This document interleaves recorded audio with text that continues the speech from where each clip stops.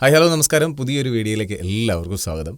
നമ്മളെ ഒരാൾ ധീരൻ എന്ന് വിളിക്കുന്നത് എപ്പോഴൊക്കെയാണ്? അദ്ദേഹം എപ്പോഴെങ്കിലും ഒരു നല്ലൊരു കാര്യങ്ങൾ ചെയ്യുമ്പോൾ അല്ലെങ്കിൽ ധീരമായിട്ടുള്ള എന്തെങ്കിലും പരിപാടികളൊക്കെ ചെയ്യുമ്പോഴത്തേക്കിനാണ് അദ്ദേഹത്തെ ധീരൻ എന്ന് വിളിക്കുന്നത്.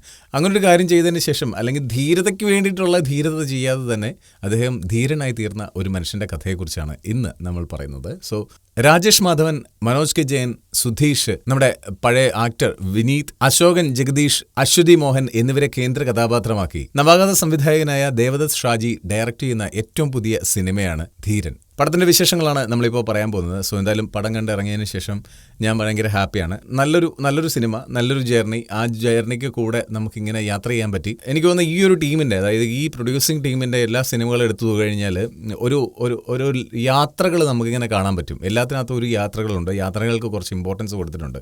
സോ ആദ്യം തന്നെ നമുക്ക് പടത്തിൻ്റെ പോസിറ്റീവ് സൈഡിലേക്ക് വരാം. ആദ്യം തന്നെ ആക്ടിങ് സൈഡിൽ മനോജ് കെ ജയൻ എനിക്ക് ഭയങ്കരമായിട്ട് ഇഷ്ടപ്പെട്ടു. മനോജ് കെ ജയൻ ഒരു രക്ഷയില്ല. കാരണം അദ്ദേഹം പല വേരിയേഷനിലൂടെ ഈ ഒരു കഥാപാത്രത്തെ അവതരിപ്പിക്കുന്നുണ്ട്. എല്ലാം അടിപൊളിയാണ്, എല്ലാ സാധനവും അടിപൊളിയാണ്. ഓവറായിട്ടുള്ള ഒരു നോട്ടം പോലും ഇല്ല, ഒരു നിപ്പ് പോലും ഇല്ല. നമുക്കത് ഭയങ്കരമായിട്ട് ഫീൽ ചെയ്യുന്ന അദ്ദേഹത്തിൻ്റെ ഒരു ക്യാരക്ടർ വിട്ട് കളിക്കാതെ എന്നാൽ ഒരു സാധാരണപ്പെട്ട മനുഷ്യനായിട്ട് അദ്ദേഹം ചെയ്യുന്നുണ്ട്. പക്ഷേ അദ്ദേഹം കുറച്ച് റിച്ചാണ്. അദ്ദേഹത്തിൻ്റെ ഫേസും അദ്ദേഹത്തിൻ്റെ എല്ലാ ആറ്റിറ്റ്യൂഡ്സ് എല്ലാം കുറച്ച് റിച്ചാണ്. പക്ഷേ ആ റിച്ച്നെസ് കൊണ്ടുവരാതെ അദ്ദേഹം ഒരു നോർമൽ ഒരു മനുഷ്യനായിട്ട് അടിപൊളിയായിട്ട് ആ ഒരു സംഭവത്തിൽ അഭിനയിച്ചിട്ടുണ്ട് എന്ന് തന്നെ പറയേണ്ടിയിരിക്കും. രണ്ടാമത്തേത് നമുക്ക് ജഗദീഷിനെ തന്നെ എടുക്കേണ്ടതുണ്ട്. പുള്ളിക്കാരൻ്റെ ഒരു എക്സ്പീരിയൻസ് തന്നെയാണ് ഇതിൻ്റെ അകത്ത് എടുത്തു കാണിക്കുന്നത്. കാരണം ഇനിയിപ്പോൾ ഏത് വേഷത്തിൽ അദ്ദേഹത്തെ കൊണ്ടിട്ടെന്ന് പറഞ്ഞാലും അദ്ദേഹം ഒക്കെ അടിപൊളിയായിരിക്കും എന്നുള്ള കാര്യത്തിൽ യാതൊരു സംശയമില്ല. കാരണം അത്രയും പഴക്കം വന്ന ഒരു ആർട്ടിസ്റ്റിൽ നിന്നൊക്കെ നമ്മൾ പറയത്തില്ലേ, അത്തരത്തിലാണ് ജഗദീഷ് ചേട്ടനൊക്കെ ഏത് വേഷത്തിൽ അതായത് ഗംഭീരമാക്കിയിട്ടുണ്ട്. അദ്ദേഹത്തിൻ്റെ വേഷം നല്ല ഗംഭീരമാക്കിയിട്ടുണ്ട്.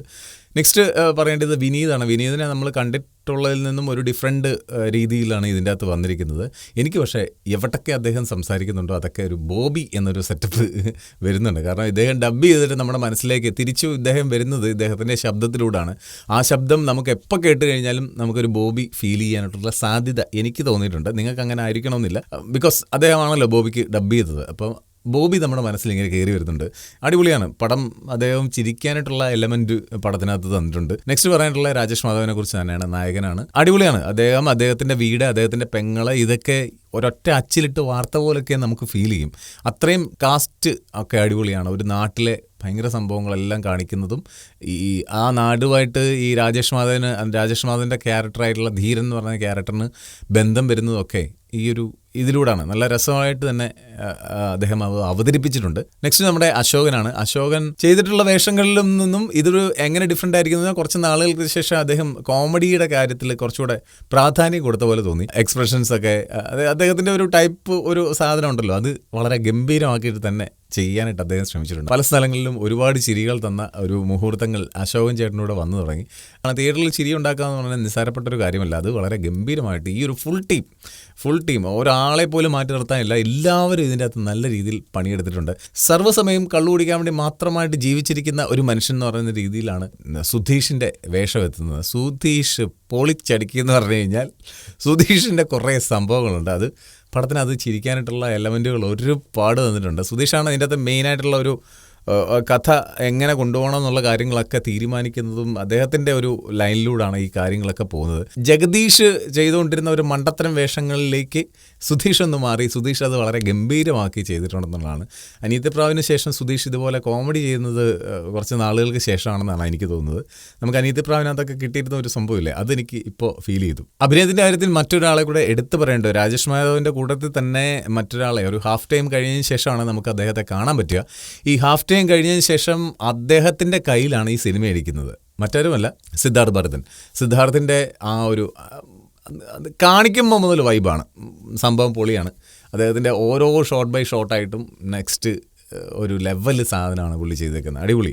അപ്പോൾ എന്തായാലും അദ്ദേഹത്തെ കാണിക്കുമ്പോൾ മുതൽ പടം വേറെ ലെവലിലോട്ടാണ് പോകുന്നത്. അത് പറയാതിരിക്കാൻ വയ്യ. അത്രയും കിടിലമായിട്ട് തന്നെ അദ്ദേഹം ചെയ്തിട്ടുണ്ട്. സോ നെക്സ്റ്റ് ഇതിൻ്റെ അകത്തെ മ്യൂസിക് സൈഡ് തന്നെയാണ്. മ്യൂസിക് സൈഡ് വൻ പൊളിയാണ്. അതായത് പടം തുടങ്ങുമ്പോൾ മുതൽ നമ്മളെ ഒന്ന് പിടിച്ചിരുത്തുന്നത് മ്യൂസിക് സൈഡാണ്. ഒരു ഹാഫ് വരെ കൊണ്ടുപോയിരിക്കുന്നതിനകത്ത് ഏറ്റവും വലിയ സൈഡ് മ്യൂസിക് തന്നെയാണ്. അതിന് ശേഷവും ഹാഫിന് ശേഷവും, അതായത് ഈ ആദ്യമൊക്കെ പാട്ടിലൂടെ തന്നെയാണ് ഈ പടം പറഞ്ഞു പോകുന്നത്. പാട്ടിലൂടെ തന്നെ ഇങ്ങനെ പറഞ്ഞു പോകുമ്പോഴത്തേക്കിന് നമ്മളെ പിടിച്ചിരുത്തുന്നതിൻ്റെ ആ ഒരു ബുദ്ധിമുട്ടുണ്ടല്ലോ, അത് വളരെ കൃത്യമായിട്ട് നമ്മളെ കൊണ്ട് ചെന്ന് എത്തിക്കാനായിട്ട് ഈ മ്യൂസിക്കിനെ പറ്റിയിട്ടുണ്ട്. മുജീബ് മജീദാണ് മ്യൂസിക് ചെയ്തിരിക്കുന്നത്. ഫസ്റ്റ് ഹാഫിൽ നമുക്ക് കുറച്ച് ഓവറാണെന്ന് തോന്നും, പറഞ്ഞ ഡോറൊക്കെ മുട്ടുന്ന സൗണ്ടൊക്കെ കുറച്ച് പീക്കായിട്ടാണ് കേട്ടത്. അപ്പോൾ അത് മാറ്റി നിർത്തി കഴിഞ്ഞാൽ അടിപൊളിയായിരുന്നു. മീൻസ് മ്യൂസിക് സൈഡ് വളരെ ഗംഭീരമായിട്ട് ചെയ്യാൻ പറ്റിയ ഒരു സിനിമ. എന്നാ ബി ജി എം എന്നറിയോ, ചില ബി ജി എംസ് ഒക്കെ കേട്ട് നമുക്കങ്ങ് കുളിര് കോരി പോകുന്ന പോലുള്ള ബി ജി എം കാര്യങ്ങളൊക്കെ നമുക്ക് ഈ ഒരു പടത്തിനകത്ത് കിട്ടിയിട്ടുണ്ട്. നെക്സ്റ്റ് ഇതിനകത്ത് സിനിമാറ്റോഗ്രാഫിയിലേക്കാണ്, വിഷ്വൽ സൈഡിലേക്ക് പറയാം. എഡിറ്റിങ്, വിഷ്വല് കാര്യങ്ങളെല്ലാം കൂടെ കൂട്ടിയിട്ടാണ് ഞാൻ പറയുന്നത്. ഹരികൃഷ്ണൻ ലോഹിതദാസാണ് ഈ ഒരു പടത്തിനകത്ത് സിനിമാറ്റോഗ്രാഫി ചെയ്തിരിക്കുന്നത്. ഗംഭീര സിനിമാറ്റോഗ്രാഫി. ഇവരുടെ പ്രണയരംഗങ്ങൾ കാണിക്കുമ്പോഴും പ്ലസ് ഈ രണ്ട് നായകന്മാരെ ഈ ബസ്സിനകത്തിരിക്കുന്ന സീൻസ് പുറത്തുനിന്ന് ഷൂട്ട് ചെയ്യുന്നുണ്ട്. ഒരാൾ ഡ്രൈവർ സീറ്റിലും ഒരാൾ നമ്മുടെ ആൾക്കാരുടെ സീറ്റിലും ഇരുന്നതിന് ശേഷം കാണിക്കുന്ന ഒരു ഷോട്ടൊക്കെ ഉണ്ട്. അതെനിക്ക് ഭയങ്കരമായിട്ട് ഇഷ്ടപ്പെട്ട ഒരു ഷോട്ടാണ്. അതുപോലെ തന്നെ എടുത്തു പറയേണ്ട ഒന്നാണ് എഡിറ്ററെ എടുത്തു പറയേണ്ടതാണ്. ഫിൻ ജോർജ് വർഗീസാണ് ഈ ഒരു പടത്തിനകത്ത് എഡിറ്റിംഗ് കാര്യങ്ങളൊക്കെ നിർവഹിച്ചിരിക്കുന്നത്. വളരെ ഗംഭീരമായിട്ടുണ്ട്. അതിനകത്ത് പറയേണ്ടത് ലാസ്റ്റത്തെ ഒരു അടി സീനിൽ, ഒരു ഫൈറ്റ് സീനിൽ അദ്ദേഹം ഒരു പാത്രത്തിൻ്റെ ഒരു അടപ്പെടുത്തിട്ട് ഇങ്ങനെ അടിക്കുന്നൊരു സീനാണ്. ഈ അടിച്ചു വെച്ചതിന് ശേഷം അടിച്ചു വെച്ചതിന് ശേഷം നമ്മൾ തിരിച്ചിറക്കുമ്പോൾ അത് അടുത്ത നെക്സ്റ്റ് ഷോട്ട് കഥക്ക് തുറക്കുന്ന ഒരു സീനാണ്. അപ്പോൾ അത് ഭയങ്കര ബ്ലെൻഡിങ് ആയിട്ടുണ്ട്. അങ്ങനെ ബ്ലെൻഡിങ് ആയിട്ടുള്ള പല സീൻസുകളും എഡിറ്റിങ്ങിനകത്ത് എനിക്ക് കാണാൻ പറ്റി എന്നുള്ളതാണ്. സോ ഇതൊക്കെയാണ് ടോട്ടലി ഈ ഒരു സിനിമ വളരെ ഗംഭീരമായിട്ടുള്ള ഒരു വൺ ടൈം വാച്ചബിൾ ആയിട്ടുള്ള ഒരു ഗംഭീരമായിട്ട് കുറച്ച് സമയം ചിരിക്കാൻ പറ്റുന്ന ഒരു സിനിമ തന്നെയാണ്. ഇനി കുറച്ച് പടത്തിൻ്റെ നെഗറ്റീവ് സൈഡുണ്ട്. അതിൽ എനിക്ക് തോന്നിയ കുറച്ച് സാധനങ്ങളിൽ ആദ്യത്തെ എനിക്ക് തോന്നിയത്, ഇത് ഫിലിം ക്രോപ്ഡ് ആയിട്ടാണ് ഞാൻ തിയേറ്ററിൽ കണ്ട്. അതുകൊണ്ട് തന്നെ ഈ ചില സമയത്ത് എഴുന്നേറ്റൊക്കെ നിൽക്കുമ്പോഴത്തേക്കിന് ഇവിടെ വെച്ചിട്ടൊക്കെ കട്ടായി പോകുന്ന രീതിയിൽ ചങ്ങനാശ്ശേരിയിൽ തിയേറ്ററിൽ എനിക്ക് അനുഭവപ്പെട്ടു. അതിനിപ്പോൾ ക്രോപ്പ് ആക്കിയതാണോ തിയേറ്ററിൻ്റെ കുഴപ്പമാണോ എന്ന് എനിക്ക് അറിഞ്ഞുകൂടാ. പടം വരുന്നത് ആ ഒരു രീതിയിലാണ്. അപ്പോൾ കുറച്ചൊന്ന് ക്രോപ്പായിട്ടുണ്ടായിരുന്നു. രണ്ടാമത്തത് ധീരൻ അവിടെ ഇവിടെ എല്ലാം ഇവൻ ധീരനാണല്ലോ എന്ന് പറഞ്ഞു വെക്കുന്ന പോലത്തുള്ള ഫീല് പല സ്ഥലങ്ങളിലും തോന്നിയിരുന്നു. അത് വേണ്ടിയിരുന്നില്ല എന്ന് തോന്നി. അത് ഒരു പ്രാവശ്യം പറഞ്ഞാൽ തന്നെയും അവൻ ധീരൻ എന്നുള്ളൊരു കൺസെപ്റ്റ് അവിടെ നമുക്ക് മനസ്സിലാകുന്നുണ്ട്. പിന്നെ അത് ചിത്രത്തിൻ്റെ ഉടനീളത്തിലുള്ള ഒരു പോക്കിൽ നമുക്കത് ധീരൻ എന്തുകൊണ്ടാണ് ഇദ്ദേഹം വന്നെന്നുള്ള കാര്യങ്ങളൊക്കെ രാജേഷ് മാധവൻ്റെ ക്യാരക്ടർ തന്നെ അത് വളരെ വ്യക്തമായിട്ട് പറയുന്നുണ്ട്.